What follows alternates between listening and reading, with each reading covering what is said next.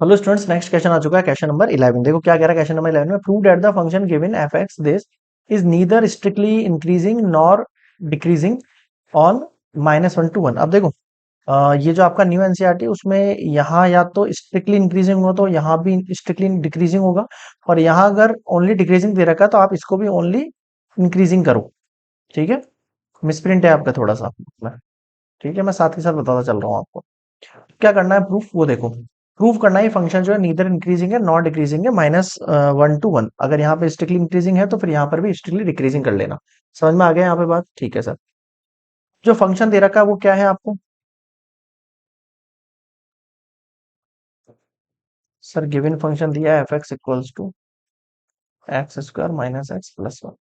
अब इसका हम डेरिवेटिव करेंगे तो कितना बन जाएगा सर? ये 2x - 1 बन जाएगा। अब मैंने आपको बताया, क्या बताया आपको? डेरिवेटिव को क्या इक्वल्स में पुट करना है? एफ डैश के 0 पुट करना है। तो 2x - 1 इक्वल्स टू 0। एक्स की वैल्यू कितनी आ गई आपके पास? हाफ आ गई। अब आपकी नंबर लाइन है ये -इन्फिनिटी टू +इन्फिनिटी। ये वैल्यू कितनी हो गई आपके पास? हाफ। लेकिन आपको देखो कंडीशन इसने दी थी -1 से 1 के बीच में लेना है, तो मेरे पॉइंट्स ये नहीं होंगे। क्या हो जाएंगे सर मेरे पॉइंट्स? मेरे पॉइंट हो जाएंगे, ये तो हाफ है, ये हाफ के इधर -1 होगा और इधर +1 होगा। भाई ऐसे तो होगा, +1 से पहले हाफ आया होगा, फिर -1 आया होगा, ऐसा ही होगा। पहले हाफ आएगा, हाफ के बाद राइट साइड में देखूंगा तो +1 आएगा, और लेफ्ट साइड में देखूंगा तो -हाफ आएगा, यानी कि -1 से 1 के बीच में है। तो आपके पास 2 इंटरवल्स बन गए हैं। अब आपके पास देखोगे आप, अगर आप क्या बन गए, एक तो -1 से हाफ बन गया है और एक हाफ से 1 बन गया है। बताओ समझ में आया क्या? हाँ सर आ गया। अब 2 इंटरवल है आपके पास कायदे से। ठीक है सर। अब अगर ये 2 इंटरवल हैं आपके पास तो आपको क्या करना है वो सुनो आप। ठीक है सर। अब आपको इन दोनों इंटरवल में चेक करना। अब देखो, जब भी नीदर इंक्रीजिंग नॉट डिक्रीजिंग का मतलब होता है अगर किसी एक केस के अंदर इंक्रीजिंग निकल जाए, दूसरे में डिक्रीजिंग निकल जाए, तो आप ओवरऑल केस के लिए क्या कहोगे? Neither increasing not decreasing. मतलब ना तो पूरी तरह से इंक्रीज हो रहा है, ना पूरी तरह से डिक्रीज हो रहा है। भाई आधे केस में तो इंक्रीज हो गया और आधे में डिक्रीज हो गया, ऐसे ही तो हो रहा है। भाई यहां से लेके यहां तक के केस में मान लो आधे में इंक्रीज हो जाए, आधे में डिक्रीज हो जाए, इसका मतलब ना तो टोटल इंक्रीजिंग है ना टोटल डिक्रीजिंग है, उसको नीदर इंक्रीजिंग नॉट डिक्रीजिंग कहते हैं। समझ में आ गया आपको? हाँ। तो देखो आप, जैसे फर्स्ट केस अगर मैं इसका बनाऊं, if x belongs to -1 to half, अगर मैं केवल -1 से हाफ की बात करता हूं, तो मेरे पास एफ डैश एक्स कितना है सर? मेरे पास एफ डैश एक्स है 2x - 1।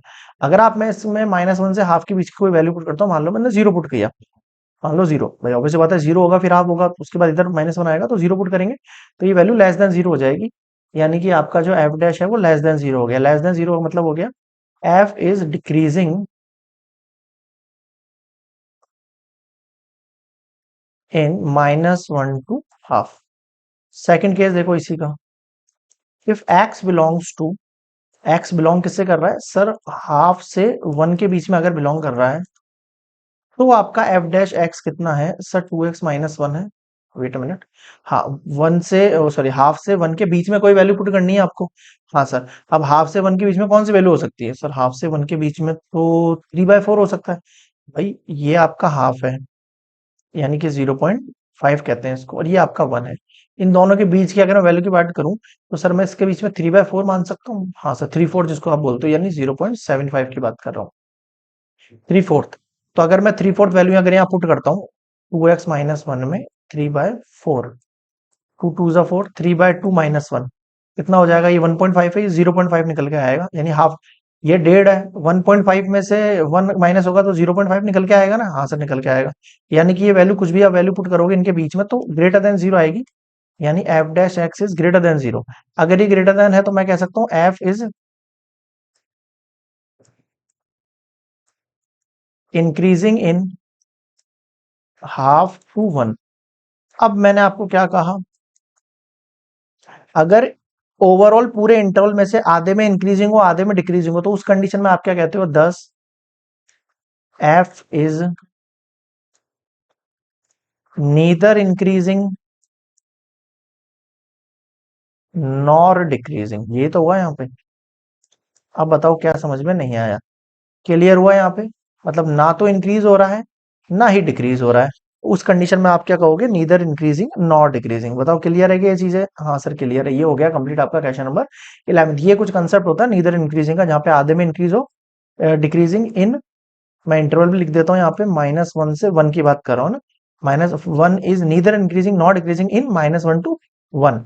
मतलब कि ये वाला जो -1 से 1 का इंटरवल है ना, इस इंटरवल की बात कर रहा हूँ मैं ना, इसमें तो इंक्रीज होगा, एक में डिक्रीज होगा। इस पूरे ओवरऑल इंटरवल की बात करूँ तो वहां आपको क्या बताना पड़ेगा, नीदर इंक्रीजिंग नॉट डिक्रीजिंग हो रहा है। बताओ समझ में आ गया कि हाँ सर? तो ये कंप्लीट हो गया आपका क्वेश्चन नंबर 11। क्लियर है यहाँ तक? ओके।